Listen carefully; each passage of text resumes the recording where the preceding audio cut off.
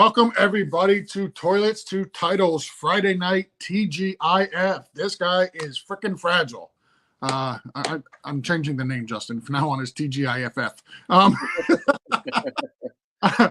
With me, as always, is my boy Justin. Justin, how you doing this evening? Wonderful. I'm so glad that it's Friday and that this week is over. It's been a rough week. We were just talking about it. Both of us had a pretty rough week. Mine was more on the school end, and yours was with fixing the house up and stuff. And my brain is fried, and it sounds like your body is fried, and we need this. We need this right here.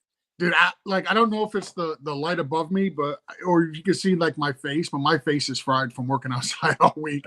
For those who don't know, I flip houses is my daytime job, and I also do like home remodels and construction. So I don't know. My wife is pointing at something here. I'm so confused right now. So, dude, like I said, my brain is fried. So this week we spent time at one of my houses doing the irrigation system, the putting down sod, and then today I was putting up a fence. So it's just outside all day in this Florida heat. Like, and the heat's not bad. Like, the weather is gorgeous in Florida, but just being outside in the sun all day, like, I'm just fried. I'm tired. I'm exhausted, but I'm here, and that's what really matters. Right. That's right. You made it. I was questionable coming in, but I am no longer a game time decision. I am here. And now that you're here, you're still kind of questionable. Still questionable, absolutely. If you knew what was going on behind me, you would, or in front of me, you would understand. My wife just let all the dogs in because I had them all outside so they wouldn't bark or make noise when she got here. But anyway, let's get to this, Justin. I'll let you do the rest of this intro here. Talk about the Toilets to Titles, the Patreon, where everybody can follow us and all that. That's you're much better at that than I am. All right, I'll knock it out. So we're going to start down here at the bottom right here. At Toilets to Titles is our Twitter handle. That's where you can contact us if you have any questions, comments, concerns about any of the shows. Speaking of any of the shows, you can find them all on Apple Podcasts, YouTube, Facebook, Podbean, and Spotify. Right now, we're really trying to boost up the YouTube subscribers. We are well over 800, pushing towards that 1,000 mark. That's going to really help us out a bunch with the algorithms. So if you're watching on any other platform, do us a huge favor. Go make up several different Gmail accounts and go subscribe on YouTube on all of them to help us out. We really appreciate the support. ToiletsToTitles.com is where you can find all of our videos kind of streamlined into one platform for you. We got it all set up and ready to go. You can click on any of the different episodes. Speaking of any of the different episodes, we have, I believe it's 8 episodes going on each week right now in season. We do take a couple nights off, but we give you 2 or 3 episodes on a few nights. So it might even be more than that now, to be honest with you. I've kind of lost count. But it's a little bit of everything. It's a little bit of college, a little bit of pros, a little bit of IDP, which is defense, a little bit of redraft, a little bit of dynasty, and on Friday nights right here, a little bit of injury. So you can continue to support us with patreon.com/toilets-to-titles as well. With the Patreon, we have several different levels. You can check it out right there, StreamYard.com/toilets-to-titles, and check out those 5 different levels. Every single different level offers a little bit different package of rewards that you get for supporting us. I think that's pretty much it for the intro. If you want to jump right into brass tacks here with our very first injury of the week, what do you say, Jerry Jeudy, Dr. George? Yeah, Jerry Jeudy popped up this week. Really it happened last week. He left the game. He had a mild ankle sprain. We got notes here from Ian Rappaport on Twitter. Following his MRIs, Broncos get good news on wide receiver Jerry Jeudy. It's a mild ankle sprain. Sources say his status for Week 11 is yet to be determined, but they received promising results. The notes we got here from Dr. Porras, who was on here a couple weeks ago. Nathaniel Hackett's calling Jeudy day to day. For now, it's safe to operate. This is either a perennial injury or a calf strain. Both injuries would cost Jeudy approximately 2 to 4 weeks on the long end, depending on the severity. However, given his day-to-day status, continue to monitor his practice. So the long story short, to summarize this, Broncos got good news. It's not a severe injury, but Dr. Porras thinks that it will take 2 to 4 weeks. With him being listed as day-to-day, if you have Jerry Jeudy on your team, I would not trust starting him this week. I would not do it. I mean, they're telling us 2 to 4 weeks to get back to 100% strength on this ankle. I'm not trusting it.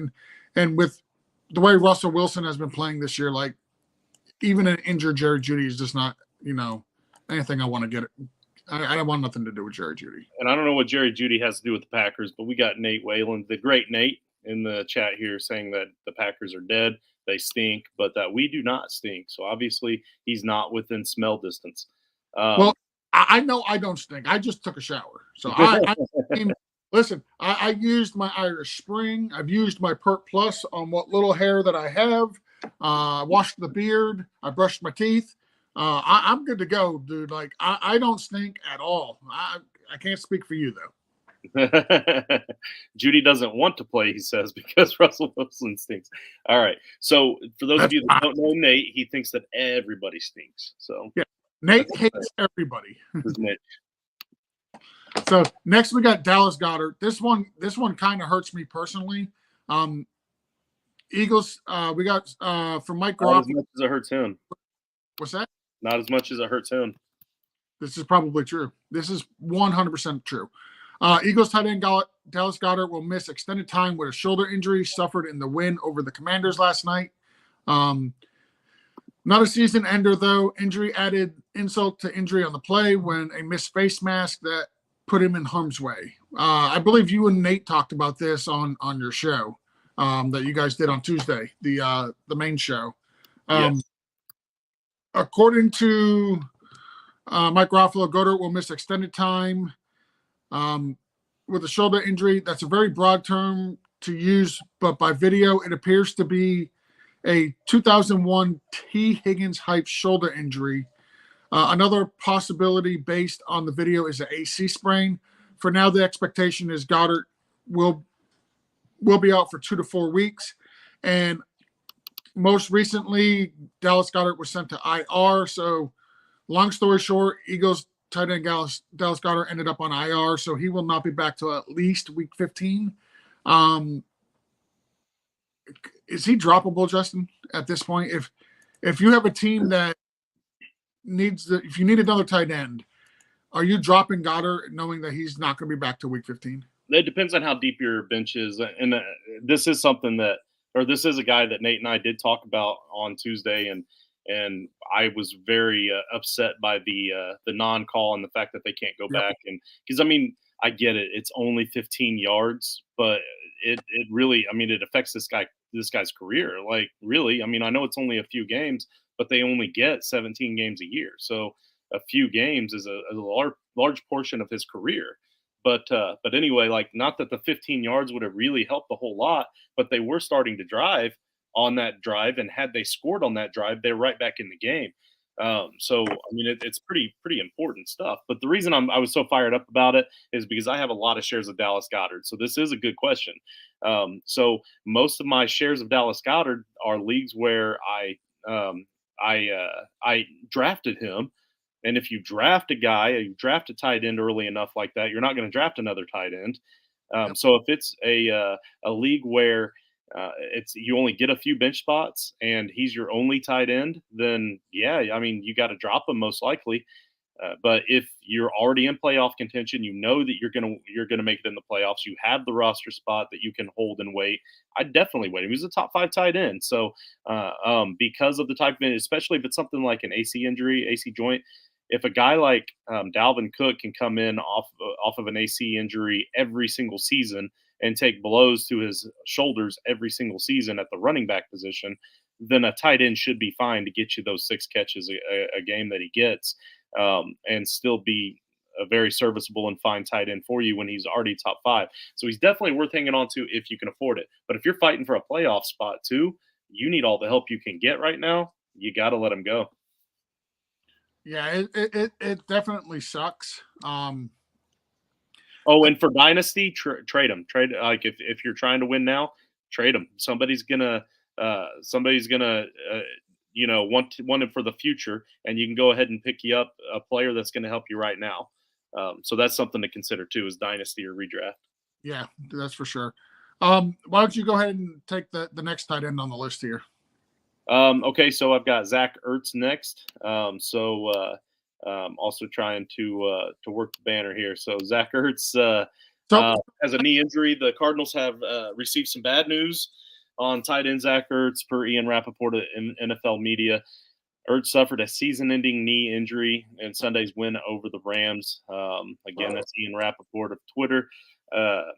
And yeah, this is no bueno here. This one is not at all good. I talked a lot about the tight end that's in my opinion going to come up and replace him, and that's Trey McBride.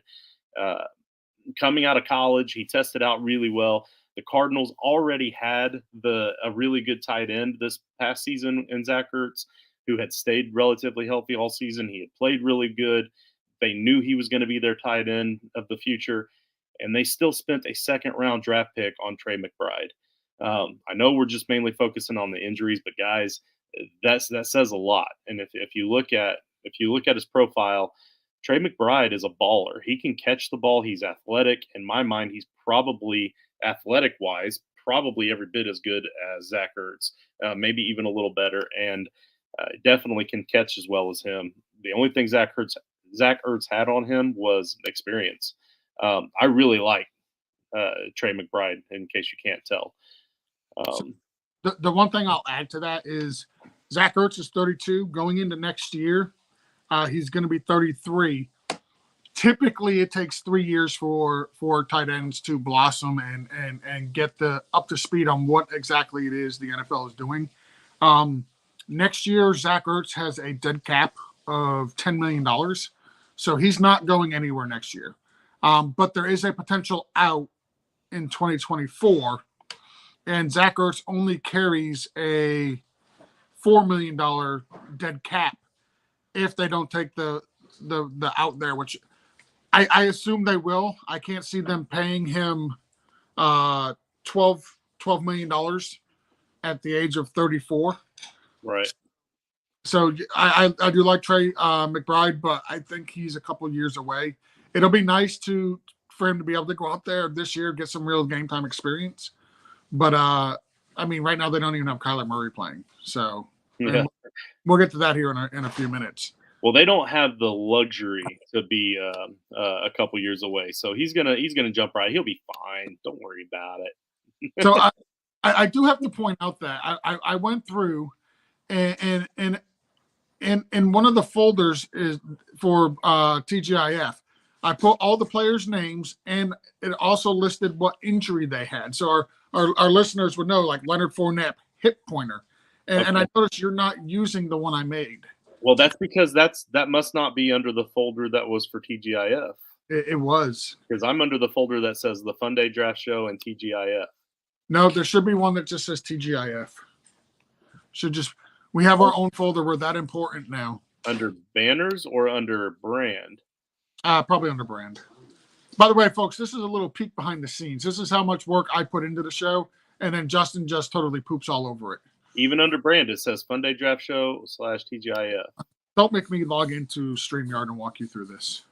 I'm just saying. I think you put it under the wrong folder, bud. I don't think I did. Anyway, go ahead with Leonard Fournette and his hip pointer, and we'll get this worked out. All right, Leonard Fournette and the hip pointer. Despite suffering a hip pointer versus the Seahawks, Buccaneers running back Leonard Fournette is likely to be ready for Tampa Bay's next game after its bye at Cleveland this week. So the update on that is that Schefter did confirm that Fournette is not expected to miss any time. Todd Bowles told reporters that Fournette was removed due to the hip pointer in Week 10, depending on the severity of Fournette. Depending on the severity, Fournette shouldn't miss time. Luckily, the Bucs are on bye in Week 11. If he still isn't practicing after that, then there's a chance he has a small fracture. But for now, he should be good to go in week 12, according to Adam Scheffler on Twitter. I think a lot of that is White, Rashad White, however you pronounce that, Rashad, I believe, is playing out of his mind right now for a rookie running back in that offense, and old Lenny might need to make sure he rushes back just so that he doesn't lose too much of his opportunity. So, oh yeah, speaking of injuries, there you go. Throw up the Dolphins. I am going to do this. Hold on 1 second. There we go. What did you switch to? There we go. So next up is Cooper Kupp. See, I found the folder, just like I said it was. It's got the little names. All this hard work. All this hard work. What does the folder say at the top? Hold on 1 second, because I can't hear you. Oh, I bet you it's because of these. I'm just while he's trying to figure that out, I'm going to go ahead and talk about Cooper Kupp here. Rams wide receiver Cooper Kupp is scheduled to undergo ankle surgery Wednesday, and the team is placing him on IR per head coach Sean McVay. Kupp is out a minimum of 4 weeks, and with the way that the Rams season is going, it could be longer. And the notes here for the update says that Rappaport tweeted that Kupp will be placed on IR. We already went over all that. Return of these injuries between 6 to 8 weeks. The soonest Kupp could realistically return would be week 15. However, if the Rams decide there's nothing to play for, they could simply shut Kupp down for the season. Teams who really need a bench spot and don't have an IR spot can cut Kupp with minimal concern, as he won't be near 100%, even if he returns in the playoffs. So here's the thing about the fantasy playoffs too. If we're talking about a potential return of week 15, then your championships are usually week 17 now, week 16, depending on, your league. So there's only going to be 2 to 4 teams left. And that's assuming that you're there anyway. So you got to assume that you're in the top. Then you got to assume that one of the other teams that are in the top with you didn't go pick him up. And then you have to assume that even if they did go pick him up, that he's healthy enough to actually play and make a Cooper Kupp level difference. That's a whole lot of assumptions for just 1 or 2 games at the end of the season. So, yeah, I think it's pretty safe to say you could probably cut Cooper Kupp at this point. Especially for a team that is not going to be going to the playoffs. They would be ridiculous to try to rush him back to play those last 2 games. Speaking of AC joint injuries, Nate down here said that he separated his AC joint years ago and did not take any time off from drinking. So, and on top of that, they're better with Colt 45. So, all right, I like it. You know what, Nate? I don't remember who the backup tight end is in Philadelphia. Stroll. Can you hear me? Stroll, yeah, there you go. Stroll. Okay. I can hear you. Okay. Yeah, it's Stroll. I know that and the only reason I know that is because I literally picked him up like a couple days ago in the Scott Fish Bowl. That's the only reason I know that. So, I'm still under the folder that says Fun Day Draft Show /TGIF, so I can't see the one where it has the injuries. So you'll have to. That's fine. I got it. Yeah. So if you go into banners, there's a TGIF folder, and then that's where all of the information I put it all in there. But yeah, anyway, next up. You can scroll down. I didn't know you could scroll down. I didn't know you could scroll down. Yeah, yes, Justin, you can scroll down. Next we got folder now. I like it. I do put a little bit of a show, Justin. Next we got Najee Harris. Tomlin says Harris. This is from Dr. Edwin Porras from Fantasy Points. Tomlin says Harris is dealing with soreness, but should go in week 11 without limitations. Given the last 6 months, there's plenty of reason to hedge this statement and pick up Jaylen Warren as a high upside move. The Steelers have just been bad. The fact that Najee Harris is dealing with a knee injury and the fact that they have openly said they want to get Warren more involved. Like, I hope they sit Najee Harris and allow that knee to get healthy. They probably won't because it's football. And they expect these guys to be tough guys and play every single down in every game, no matter what. But I'm kind of hoping that for Najee's sake that they do kind of give him less of a role and allow him to get that knee right. Yeah. Yeah. And speaking of, acting all tough and strong and playing every single down, don't think that we're not going to finish up this show without at some point talking about Buffalo not playing in the snow. Listen, they can't. I think fans need to hear your take on this. Listen, they can't play in the snow. They can't play in the sun. Like, what the hell's going on there, Buffalo? You afraid of the elements? Like, get yourself a dome. Oh, that's right. You're building a new stadium, and you refuse to put a retractable roof on there because you're a bunch of idiots. Anyway, and that is not the Buffalo fans. It's not the players. That is the brass. That is the ownership group of the Buffalo Bills. I'm talking. That is idiots. Matthew Stafford, concussion. Stafford is still in concussion protocol, which is kind of crazy. 2022 has been a crazy year, and concussions are not linear, but Stafford has a decent chance to clear before week 11. I tried to confirm whether or not he was cleared or not. I could not find whether he was. So I honestly don't know if he's been cleared by now or not. I just saw an update a couple of hours ago on Sleeper that stated that Coach McVay said that he has every expectation that Stafford will clear the protocol by game time. Well, that sucks for all your Woofer chairs. well, the only downside is that it's McVay saying he has every confidence that he will clear by kickoff, which means he still hasn't cleared yet. So you never really know with this. So you still like, don't say that Dr. George said that he could play, but if he does play, you can say that Nurse Justin said that he was playing. Because we're 100% blaming Sean McVay here. There you go. Gerald Everett, he has a groin. I'm not sure if anybody knows that or not, but he has a groin. It's actually strained right now. Everett is listed day to day with a groin strain. The average amount of time missed with a groin strains is 14 days. The median time frame to return to games is 18 days. Basically, Everett could miss 1 to 3 weeks. This is a similar situation to George Kittle from earlier this year, where Kittle did miss a couple of games. Depending on the severity, Everett could technically return this week, but I wouldn't trust him in fantasy. We have an update on this as of today. After being limited all week, it appears Everett will give it a go in week 11. The tight end landscape is pretty brutal, but managers could find less volatile options than Everett. Do not use him in your DFS lineups. And that's all via Dr. Edward Porras from Fantasy Points. Justin, Gerald Everett, you're trusting him this week?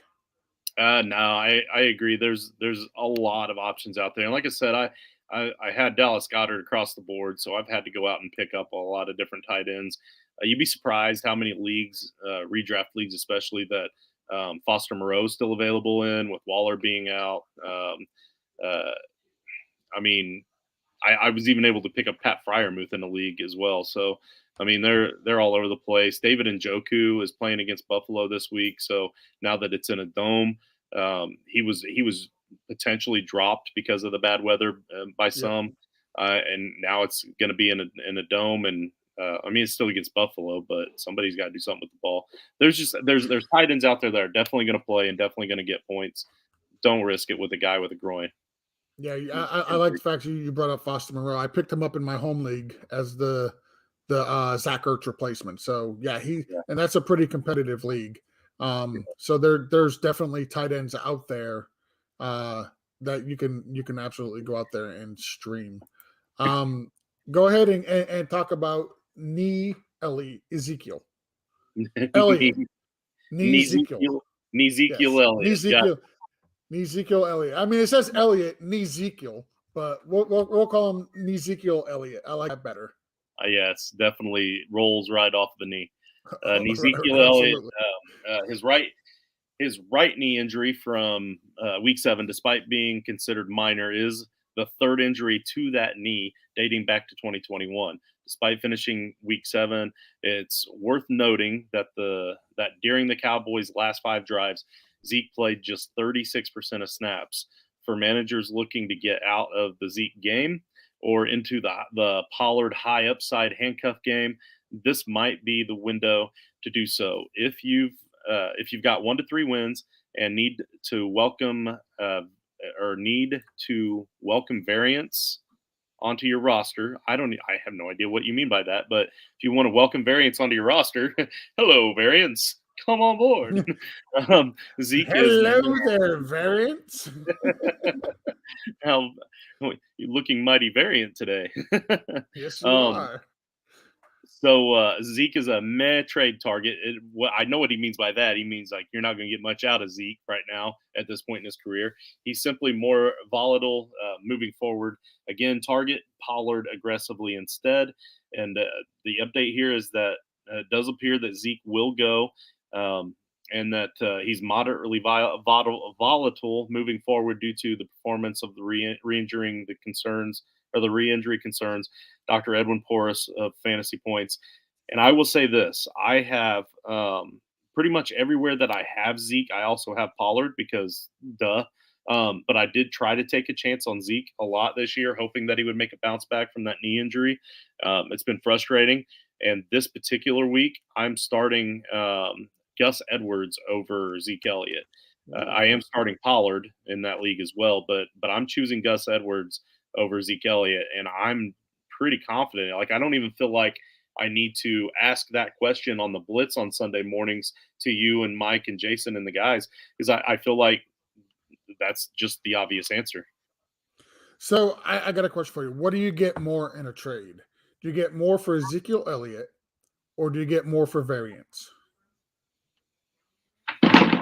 Oh, Justin, Justin doesn't know the answer so much he's dropping stuff. so I think with variance, at least you don't really know what you're getting either way, but with Zeke you kind of do, and you don't like it. So we'll go variance. Variance over Zeke. You heard it here first. Next on our list, Justin, go ahead and talk about Juju. We got the Juju Smith-Schuster head and neck injury. Juju took a nasty hit and has been taken to the locker room. This was obviously an old report because that was a while back. But he's still in the concussion protocol. He's definitely going to be out for week 11, according to Dr. Edwin Porras. So, yeah, not good. And then I was excited about my Mecole Hardman shares last week, and then he ended up being out.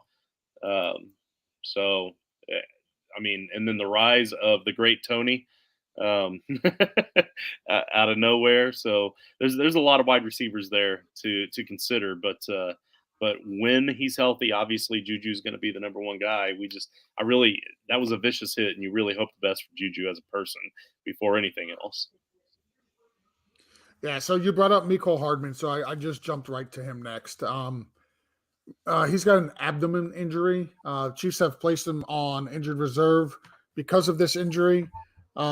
He's expected to return after 4 games, so he's out as well till at least week 15, week 16. So, I mean, once Juju comes back, which hopefully for his sake it's next week. That would be great for him. I want to see him get back on the field. He was having a pretty decent season, and he started to come along. Like the more chemistry him and Mahomes got, like the better he was playing. So, but it's a beat up wide receiver core right now over there in Kansas City. Mecole Hardman's on IR, Juju's out, so all around it's bad right now. Next up on our list, when I seen this. Excuse me, this actually surprised me. I didn't hear, like, I missed the tweets about it. I missed the updates about it. I didn't know it happened during the game because I was watching the game. But Khalil Herbert has been placed on IR with a hip injury. According to Grant Gordon via the NFL.com, Herbert sustained a hip injury during the Bears' Week 10 loss to the Detroit Lions. His sophomore campaign is now on hiatus for a minimum of 4 games. Herbert, at minimum, will miss the Bears' upcoming games against the Falcons, the Jets, the Green Bay Packers, and the Philadelphia Eagles. He's eligible to return December 24th against the Buffalo Bills. And if it's snowing, they'll probably have to move to another stadium. Who knows? Here's the thing about this. Oh, sorry. Did you have something? Go ahead. I was going to say, like, with this injury, like, this was already going to be kind of a rough stretch for this running attack.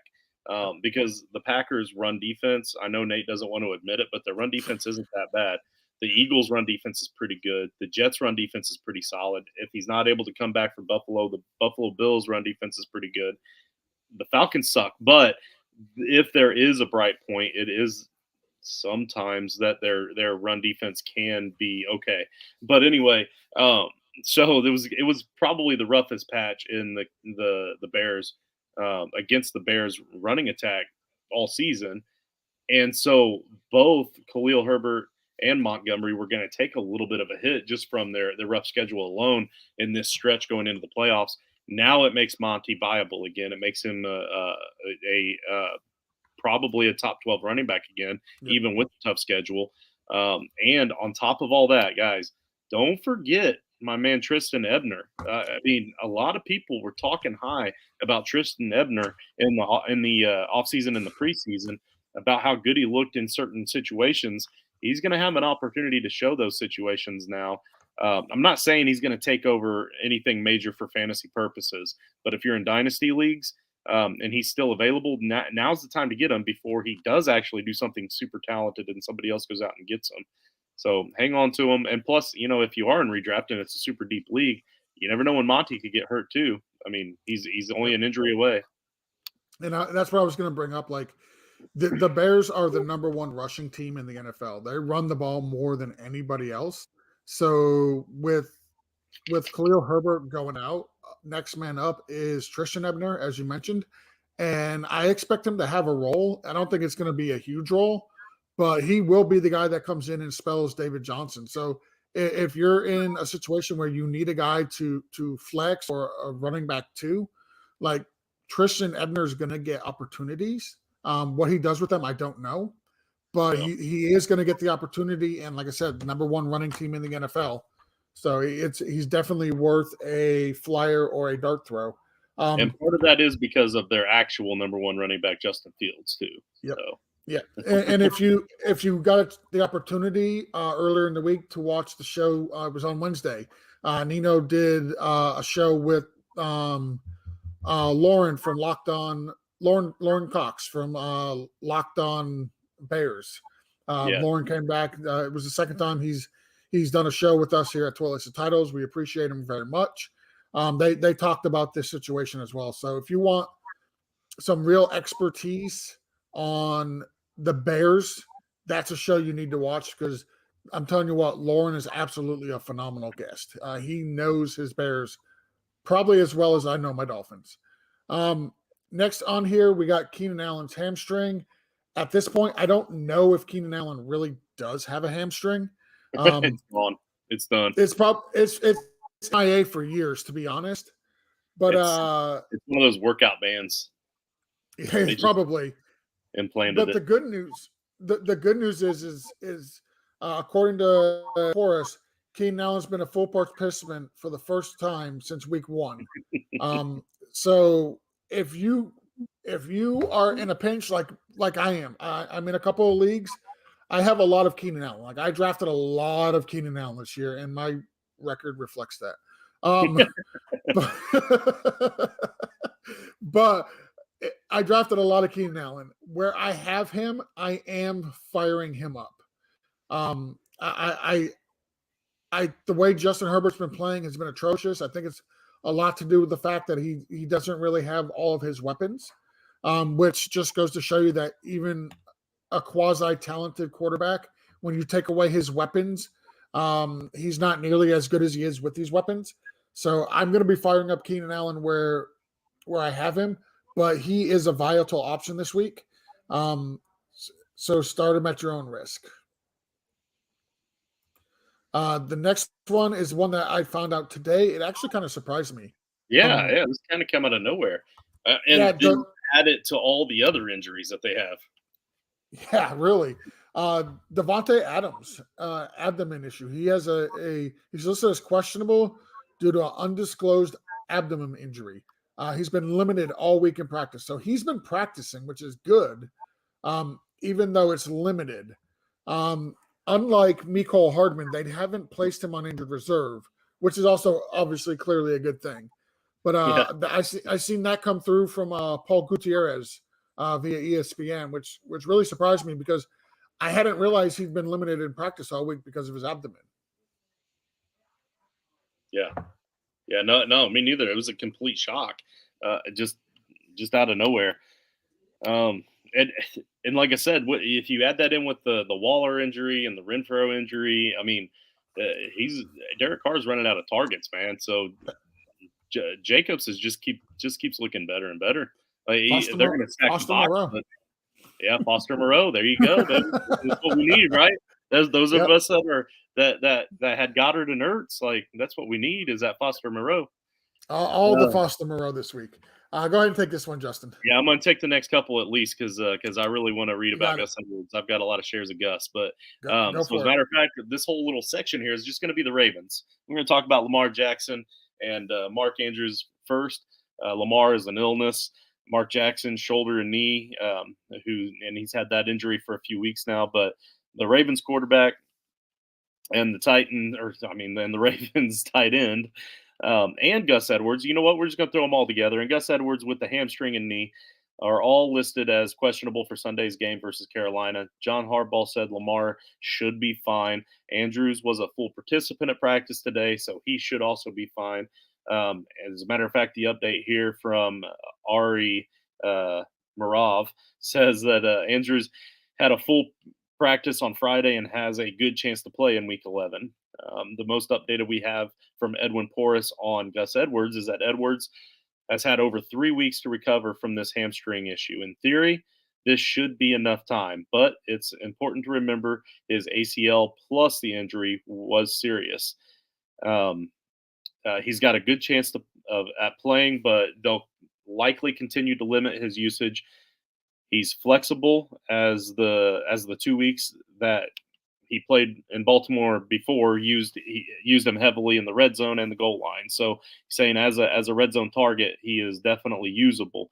But now that I'm reading this from Edwin Porras, it's got me reconsidering that whole I'm so super confident about starting Gus Edwards over Zeke Elliott. So great. I guess I will be seeing you guys on Sunday morning on the Blitz. That's kind of what we're here for. Yeah, it's just, dude, these injuries for these teams are piling up like nobody's business. I'll let you get this one as well, and then I'll talk about Marquise Brown. I'll let you get the Kyler Murray hamstring issues. Right on. Yeah. So the problem with Kyler Murray's hamstrings is that they're tiny. So the longer ones are easier to stretch out, but the smaller ones, it takes a lot more work to be able to get them flexed out and stretched out without straining them. So that's the big issue with the hamstring for Kyler. But Kingsbury says that Murray has made progress, but earlier this month he also said they want Kyler to be 100% before throwing him back out there. As of now, managers should expect Kyler Murray to sit yet again unless he somehow manages a full practice on Saturday. I mean, they didn't look horrible with Colt McCoy in there. Granted, they were playing the 3-win Rams, who also had a backup quarterback, but I'm not saying that Colt McCoy is Murray by any means, but I am saying that I kind of feel like maybe he could be good enough to let him sit another week with negligible concern. So this one you definitely want to pay attention on Sunday for this one because I wouldn't be surprised if they set him another week. I honestly think they will sit him another week. I wouldn't be surprised if they don't. I also want to point out that it is Modern Warfare 2 Double XP weekend. So take that with information, do with it what you will. Maybe Kyler Murray is going to play a little bit more Modern Warfare than he normally would. I'm not sure. But, I was wondering where you were going with that. I just wanted to bring that to everybody's attention. The only other thing to be concerned about here, though, or not concerned about, something that actually bodes well in his favor, is that they're only 2 games out from Seattle for the division lead. I know that they're 2 games out from being 500, but they're still 2 games out from being in that division lead. So there's a really good chance not a really good chance. There's at least somewhat of a chance that if he is super close, they might still go ahead and push him out there because they have a divisional opponent this week. They play against the 49ers this week. So it kind of is a really super important game too. So I don't know. I don't know. This one's going to be tough, and that's Monday Night Football, which makes it even worse, even more difficult for you to make your decision on Kyler Murray. So I would have a backup plan just in case. I'd probably start the backup plan because so much of Kyler's game relies on his legs too. That I mean, just play it safe. And we're going to stick with the theme of the Arizona Cardinals. Last but not least, we got Marquise Brown. He's got a Liz Frank injury. This happened a while ago. Kingsbury confirms Hollywood will be out at least 1 month. This supports foot injury data from 2018 to 2021 in pass catchers that show the average amount of time missed is 5 weeks. Another study by Osborne and colleagues also showed the average amount of time missed is 35 days. All in all, the soonest we could possibly see Hollywood Brown is week 11, which would be this week. Like I said, some of this is old news. We're going to get to the newer news in just a second here. This would be exactly 5 weeks after the injury. Week 12 would be playing it conservatively. If he has a setback, he would not be back until after the Cardinals bye, which is in week 13. So the reason I bring this up is Hollywood Brown has been designated to return to practice, but the roster move might have been done to make room for Zach Ertz, who we talked about earlier, who ended up on IR because he's done for the year. The speedster definitely has a chance to play, despite week 12 being a safer target date. If active, he'll get his feet wet and at risk for re-injury and a hamstring strain. I would not be playing Marquise Brown this week. I understand, he was lighting it up before the Liz Frank injury. I can see the Cardinals playing it very conservative with him. Maybe give him 10 to 15 snaps, but he's not going to be out there the whole game. Definitely going to be on a snap count if he even plays. It would be smart not to let him play. But I understand why, being a division game, being that they're only 2 games back, being they just lost, one of their big weapons in Zach Ertz, why they would want to bring somebody back like Marquise Brown to help the team out, especially with the questions that we have surrounding Kyler Murray as well. So the more weapons they can get on the field, it makes sense, but it's not somebody I want to trust. And you saw what Colt McCoy did to Zach Ertz last week. He got him hurt. So, you got to avoid it. And whoever Liz Frank is needs to take her damn injury back. She's related to Anne Frank. I don't know if you know who she is, but I wasn't going to touch that joke, George. You should have seen it coming a mile away. Come on, man. So here's some expected return dates that we have added to the show. All these dates are provided by Dr. Edwin Porras from fantasypoints.com. I want to give the proper credit to where we are getting our information from. So I'll go through and read off the list of players they believe should be back week 11. Kyler Murray, Matt Stafford, Keenan Allen, Gus Edwards, Mark Andrews, David Njoku, and Ezekiel Elliott. This was all taken as of Tuesday. I should have verified it earlier today to make sure it's the most up-to-date. But as of right now, as of Tuesday, at like 6 o'clock, this was the list of people they thought would be back by week 11. Guys coming back between week 11 and week 12. And the reason we're reading these off, also, there's some names on this list that you may have forgotten about.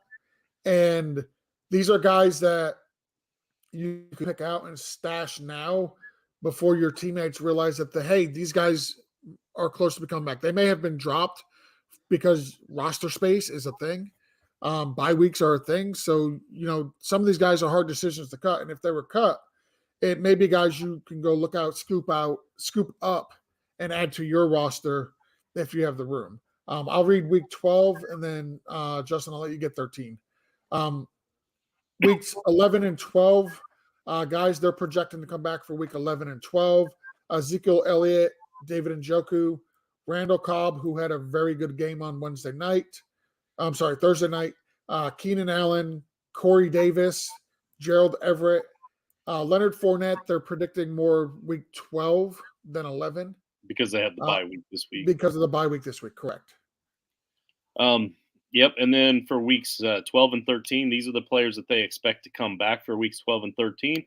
But before I get to that, I want to throw this out there real quick, just because it just randomly was a thought that just popped in my head. I have a CD Lamb Panini rookie card right here. So if I mean, as far as I know, it's great condition. I don't know very much about these cards anymore, not since I was a kid. But if you want this card, very simple. All you have to do is comment on the over here on the side.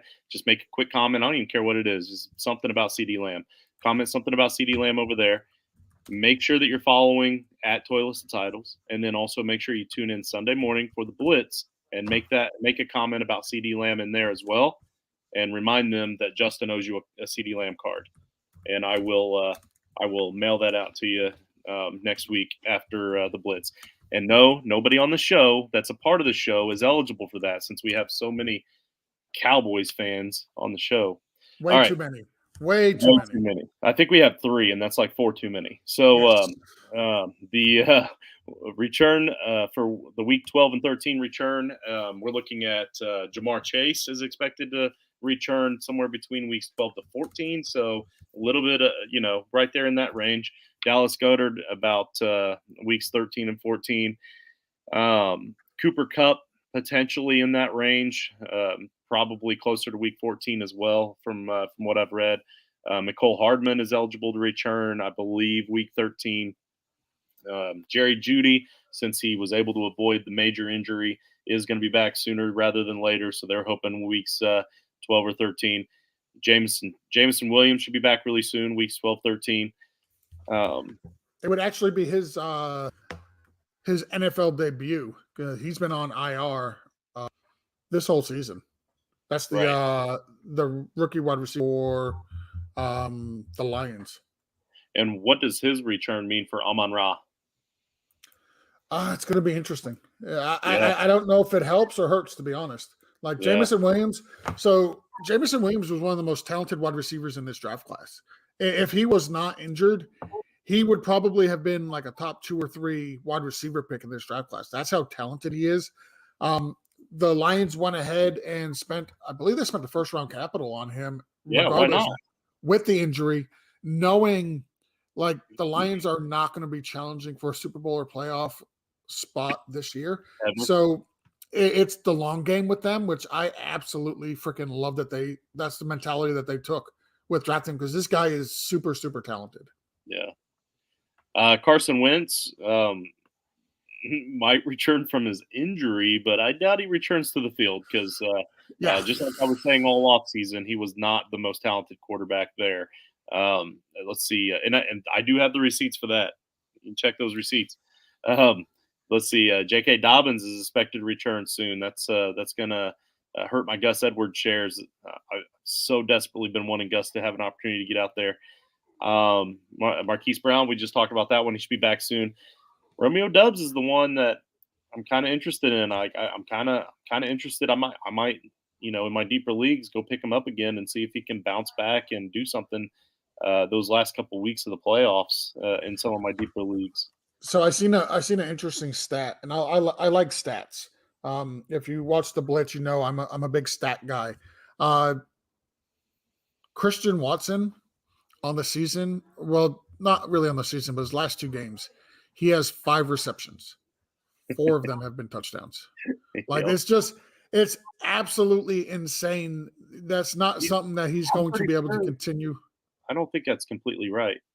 No, I think he has 5 touchdowns in the last 2 weeks. I'm sorry. Yes,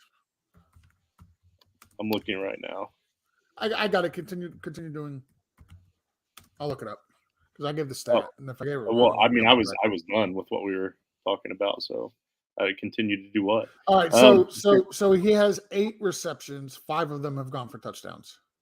There you go. There we go. No, yeah, that's right. Yep. Yeah, 8 receptions, 5 touchdowns. I'm looking at it right here. Yeah, he had 3 touchdowns, 155 yards. 2. Yeah, that's insane. Yeah. Yep. And he was sitting on my son's bench last night. I got him on my taxi squad. I haven't moved him from the taxi squad yet. He can't even make the bench on your team. Jeez, he must be stacked. No, that team that team is actually pretty loaded as far as the wide receiver position goes. That specific team, I've got some decent wide receivers on that team. The week 14 plus, so guys that are going to be coming back much later, these are kind of like your droppable kind of guys in most situations because of how deep their return could be.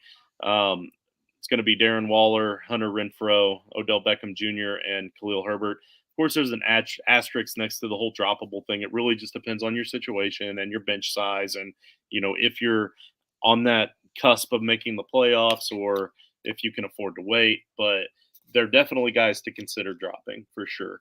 And then to be determined are the guys that who knows, DJ Chark and Juju Smith-Schuster. Again, we really hope that Juju's issue is really just a concussion. The fact that they haven't told us one way or another outside of a concussion leads me to believe that it's either really good or really bad news. So probably more so towards the bad, because if it was just a concussion, you think we would have heard that by now. So hopefully he bounces back soon. But outside of that, DJ Chark is what DJ Chark is, and I mean, I'm not too concerned about that one, especially with Jameson Williams coming back. Amon-Ra already playing well. They already have a couple other wide receivers there that have really been balling out with the injuries happening. Like, there's going to be too many mouths to feed at that point if they all come back healthy, and I'm only going to want the top one or two. Yeah. So real quick, I pulled up that league where I've got Christian Watson on the bench. My wide receivers are Deontay Johnson, AJ Brown, CeeDee Lamb. Let me see, Tyler Lockett, Keenan Allen, Tyreek Hill. So yeah, it's one of those leagues where I can afford to have Christian Watson sitting on the bench. Right. That's fair. That's fair. Yes, like I say, it's one of the very few leagues I have where I actually have a talented runner. I'm not very good at this sport. So this was one of our longer shows. So yep, almost an hour. I wasn't really anticipating that, but here we are. I didn't even realize it. That's good times. Good times. It's a lot to go through. Like there's a lot of work that's put into this show. There's a lot of information that we try to give out, and it sucks just having to sit here and talk about injuries. So we try to put some sort of a spin on it to where it's at least mildly entertaining. I'm not a very entertaining guy. So I leave the entertainment strictly up to Justin. So if you don't find the show entertaining, that's where the complaints go. It goes to my Justin. fault. Yeah, it's my fault. And I mean, I'm the funniest guy I know. I don't know. I mean, I don't know what everybody else might think, but yeah.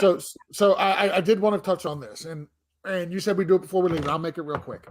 Here's my issue with teams that play in the northern states that don't have domes or at least a retractable roof. I totally get you want to have that home field advantage. I totally get, taking a team typically doesn't play in the cold, making them play in the cold gives you a competitive advantage on the field. I totally get that. I completely listen, as a team who plays that is a fan of a team that plays in Miami where the heat is just unbearable. Like, I totally get having the home field advantage of playing in the elements. I totally get that. Have a retractable roof. This way, if you have a blizzard coming through, and it doesn't have to be like this all-time blizzard they're suffering up in Buffalo right now, right? Like, it could just be a normal snow blizzard where you're safe to travel in those conditions, where they can get the snow plows out and track, get rid of all the snow and make the road safe for travel, for employees, for the players, for the fans, all of that. Open up the dome, let the snow come in, no problem at all.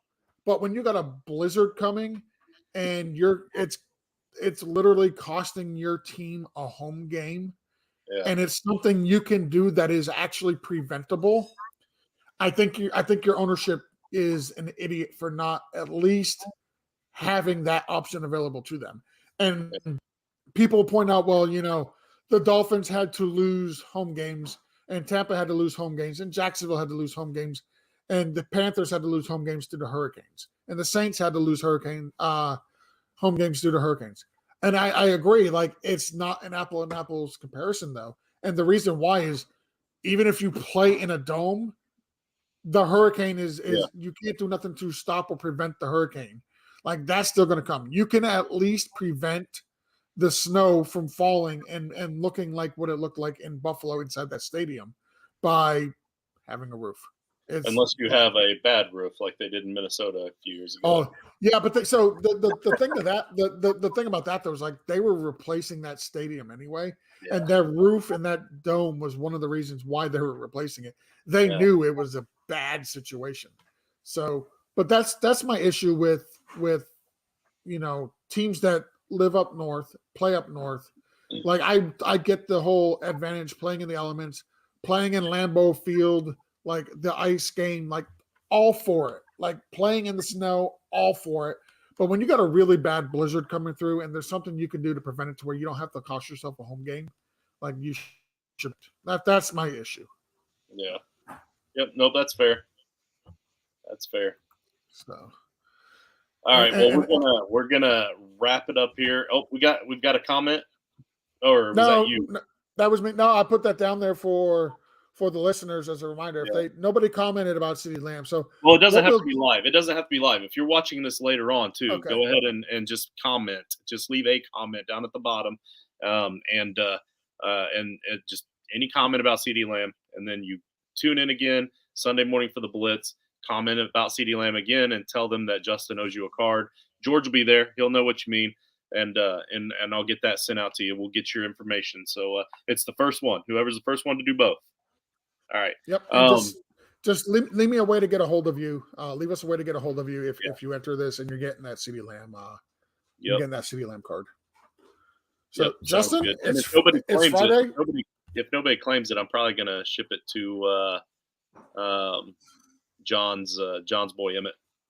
I think you might like that. I thought, never mind. I'm not going to say it. So it's Friday. Like you said, hit the like, subscribe button. We appreciate everybody tuning in. This is actually one of my favorite shows to do during the week because it forces me to pay attention to injuries and check my lineups and be aware of my players that are injured and guys coming back from injury. So I really do appreciate this show very much. Justin, I appreciate you spending this Friday evening with me. Go work on your murder room there that you got going on. That's right. I can start putting up the plastic and get my next victim ready. Have a great weekend, guys. Enjoy Week 11 football. Absolutely.